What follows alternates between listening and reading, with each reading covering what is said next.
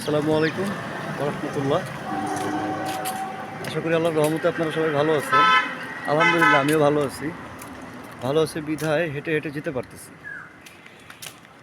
তো ভিডিওতে আসার মূল উদ্দেশ্য আপনাদেরকে কিছু দেখানো।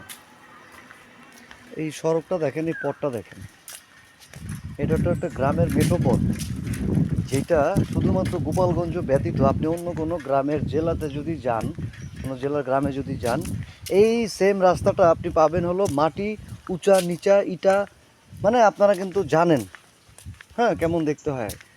কিন্তু তৎকালীন সরকারের নিজস্ব গ্রাম, নিজস্ব দেশ, নিজস্ব জেলার দেখা এই জায়গার আপনার মাটির রাস্তাটাও কত সুন্দর, কত দামি কনক্রিটের ইট দেওয়া, দেখছেন? আচ্ছা, এটা কি সারা বাংলাদেশে দেওয়া উচিত ছিল না? কি বলেন আপনি? আপনার জেলা দরকার ছিল না তো? না, এই গ্রামটা খুব সুন্দর এমনি, এটা আমার মার বাড়ি গ্রাম। এটা আসলে মনোমুগ্ধকর একটা জায়গা। ধরেন আমি বা আপনি দেশের একটা প্রধান দায়িত্বে জয়ী লাভ করছি, আল্লাহ তাআলা জিতাই দিছে। এখন আপনার আমার কাজ কি? নিজের ঘর, নিজের আশপাশ উন্নয়ন করা, নাকি? চতুর্দিকেরটা কামাবো, নিজের ঘরে ঢালবো। যদি এরকমই হয় তাইলে আপনার আমার পতন নিশ্চিত, যেভাবে আমাদের পূর্বের যারা ছিল তাদের পতন হয়েছে, নাকি? ঠিক এই ফ্লেভারটা সব জায়গায় দেওয়া উচিত। কি বলেন আপনারা? যাই হোক, ভুল ত্রুটি ক্ষমা করবেন। এটা আমার ছোটো ভাই, খুবই স্মার্ট। সে নবযুবক, টিনেজ শেষ করে নবযুবকে পাড়া দিছে, মানে পাকনামি একটা বয়সে আছে। কিন্তু এখনকার পাকনা ছেলেদের তুলনায় মাসাল্লাহ ও একটু ভালো, কিন্তু একটু বেশি দুষ্ট।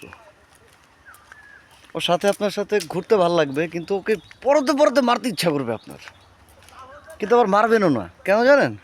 কারণ ওই যে ছোটো ভাই। যাই হোক, একটু মজা করলাম। এই দেখেন পুকুর, কত সুন্দর একটা পুকুর, অনেক বড় একটা পুকুর।